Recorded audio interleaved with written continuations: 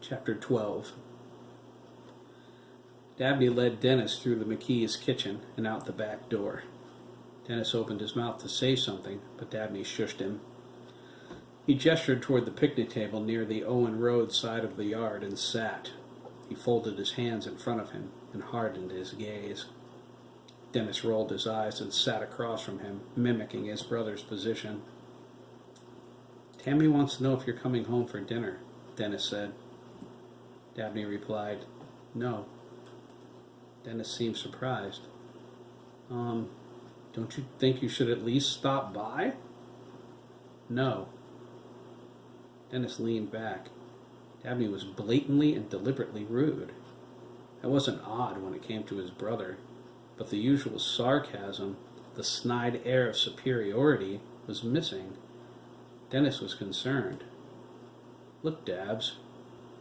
"You may not call me that," Dabney interrupted, holding his hand up.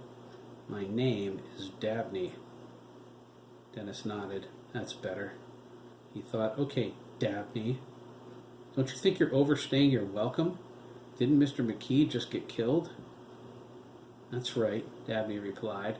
His expression didn't change. "And no, I'm not overstaying my welcome." Dabney felt something he never knew before. He felt powerful in Dennis's leering presence. His brother was so self-righteous, so perfect, and he knew everything. This time Dabney knew everything, and his brother didn't know squat. Dabney escaped death at the hands of a mass murderer. He endured more pain in the last 24 hours than he ever dreamed existed. What was Dennis compared to that? For the first time, Dabney was winning. He wasn't letting go of that feeling. "You know something?" Dennis grumbled. "I don't get you. If you just gave a little, Dad would—" "Dad?" Dabney cried. He burst into hysterical laughter. He rested his forehead on the picnic table, not trying to contain it. Dennis looked at him like he lost his mind. "You're out of it, Dabney." Dabney regained his composure and sat back up. He snickered a little, but then hardened his expression. He paused to wipe a tear from the corner of his eye. "No, Dennis, I'm in it. Up to my ears." Dennis shook his head. "I just wanted to make sure you were okay." "Why wouldn't I be?" Dabney asked. "Duh, Dabney," Dennis replied. "There are dead people all over town. Your boss was a maniac. Don't you watch the news?" Dabney laughed again. This time he couldn't stop. He set his head down on the picnic table once more and let it all out. It was maniacal laughter, rejuvenating laughter. He didn't know why, but Dennis being without a clue made him feel good inside. Dennis crossed his arms and waited for Dabney to finish. "I don't think I've ever seen him like this," he thought. He felt disgusted. He stood and started to walk away. "You would find a bunch of dead kids funny," Dennis angrily remarked. "You're a scumbag, Dabney." "Dennis, wait!" Dabney exclaimed. "Please, I'm sorry. I wasn't laughing at that." Dennis turned to him, surprised. The expression on his face looked more like shock. "Excuse me?" he asked. "Did you just say you were sorry?" He eyed Dabney suspiciously. "Who are you? And what have you done with my brother?" "Just sit, okay?" Dabney replied. "We should talk, especially now." Dennis waited a few seconds before he went back to the picnic table. He weighed his brother's sincerity against everything he knew about him. He was sure this was a trick. He would walk back, sit down, and Dabney would say something like, "Thanks, you can leave now." He prepared for the worst. He sat and waited for his brother to prove him right. He was wrong. "I'm not coming home," Dabney said. "Tell Dad I don't want to see him. Tell him I said he knows why, too." "Dabney," Dennis gasped, "have you lost your mind? Dad will come down here and drag you home." "Actually," Dabney said, "Dad won't do a thing about it." He leaned over the table and asked, "You want to bet your Mustang?" Dennis stared at him, aghast. Who is this kid? This isn't my brother. You're moving out of the estate? Where are you going to live? Here? He waved his hands at the McKee's house. You've got to be kidding. What's wrong with you? Dad will cut you off completely. And? Dabney asked. His expression didn't change. It was almost aloof. He continued, There's nothing wrong with me either. I've never felt better in my life. Are you on drugs? Dennis asked. His suspicions rekindled. He carefully examined his brother. I am not, Dabney said. Why? Have you got some? He was being sarcastic.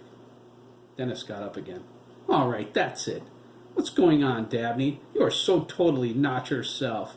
I'm starting to think you've lost your marbles. Moving out? Dad won't stop you? You seem pretty sure. Dabney debated telling Dennis the truth for a microsecond. Dennis would never believe it, especially the part about their father trying to have him murdered. Dennis was his father's son. Still, he had to say something. He had to change his tactics and get off the defensive. He had an ace card he didn't want to play, but he knew Dennis wouldn't let the matter drop until he said something. Look, Dennis, Dabney said, I need to get away for a while. He leaned forward. I was out last night. I saw a lot of the stuff that happened. The Mellons' parents are dead. So are Sandy and Ian Sturgess.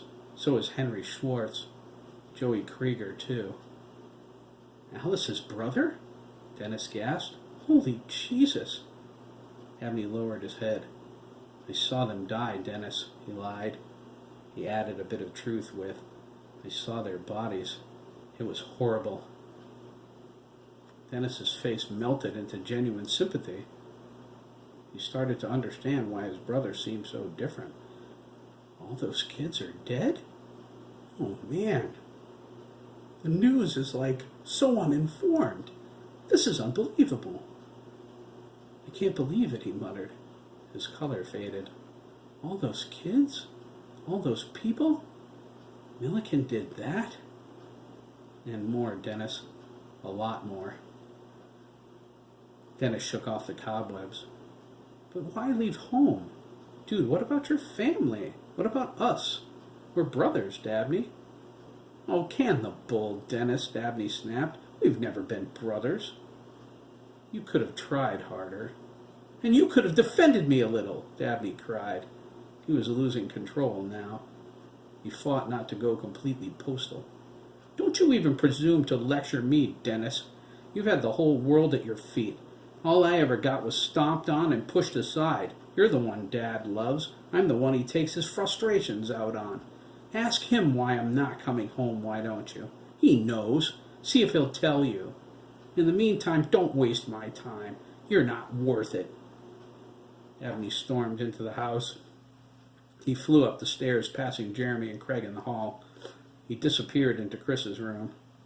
He almost slammed the door, but remembered where he was. He looked at Jeremy and felt ashamed. Jeremy read his emotional state. When he opened his mouth to say something, Jeremy stopped him. It's okay, Dabs, he said. I heard it all, you know. He pointed at his temple.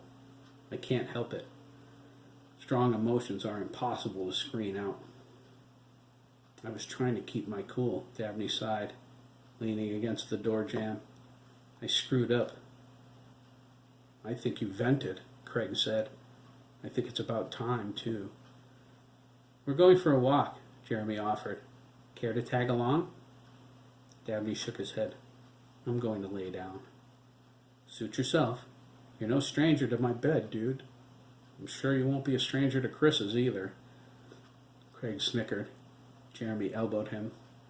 Dabney rolled his eyes and closed the door. That's not what I meant, Craig. Sure, Craig sang, and quickly slipped down the stairs. Jeremy grumbled and jogged down after him. He stopped in the kitchen and kissed his mother on the cheek. Be home in a bit, he assured her, and went out the back door. Craig mimicked the kiss and followed. Dennis sat at the picnic table with a sad look on his face. Jeremy lightly scanned him. When he determined Dennis felt guilty for being such a dick to his brother all of these years, that Dabney's tirade hit him where it hurt, he allowed those feelings to flow through the passive mind link to Dabney.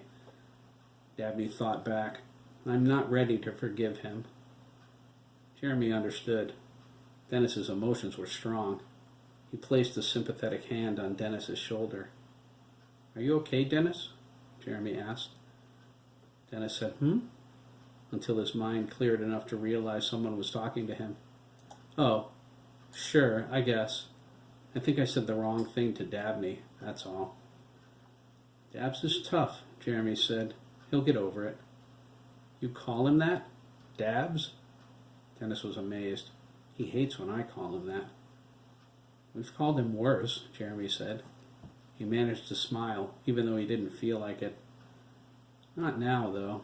We're friends. Dennis snorted. He needs one. He's always needed one. He's got plenty, Craig assured him. Well, good, Dennis replied. He looked at Jeremy and said, Sorry about your dad. Sure, thanks, Jeremy quietly replied. He gave Dennis a firm shake. Thanks for helping my brother with Todd O'Connor the other day.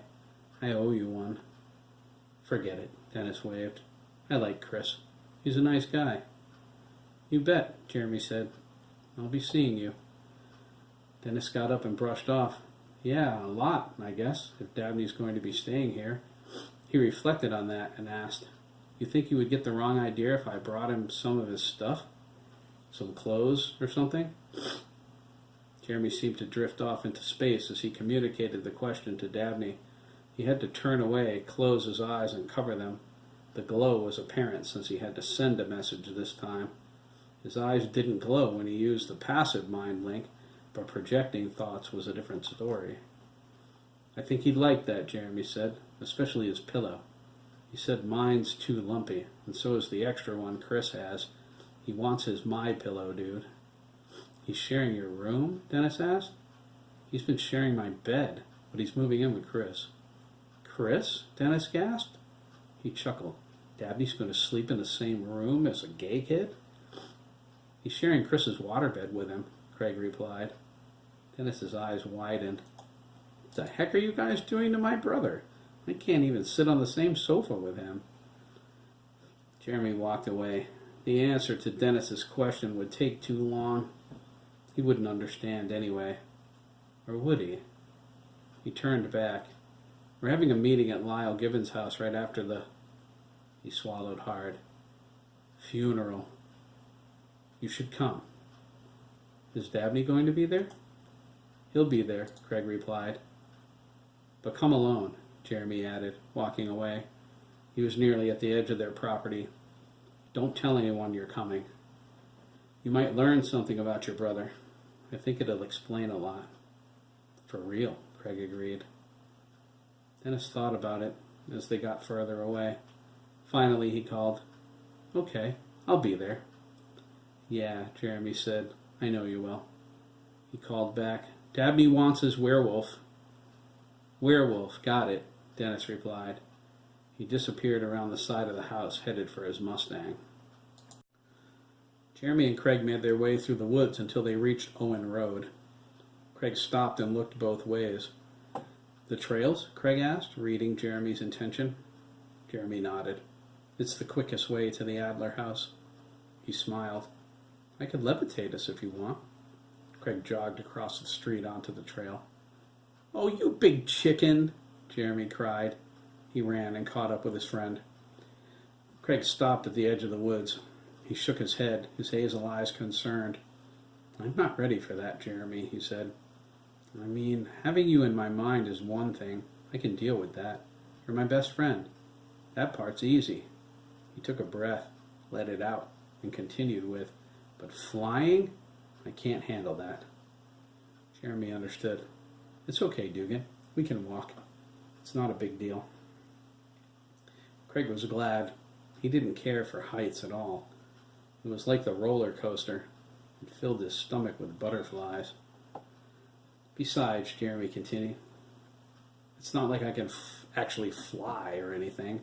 It's more like gliding. Sure, Craig agreed. He pointed at the sky.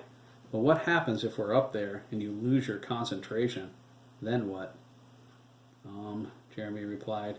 He held his hand high, let it arc down, and then slapped it into the palm of his other hand.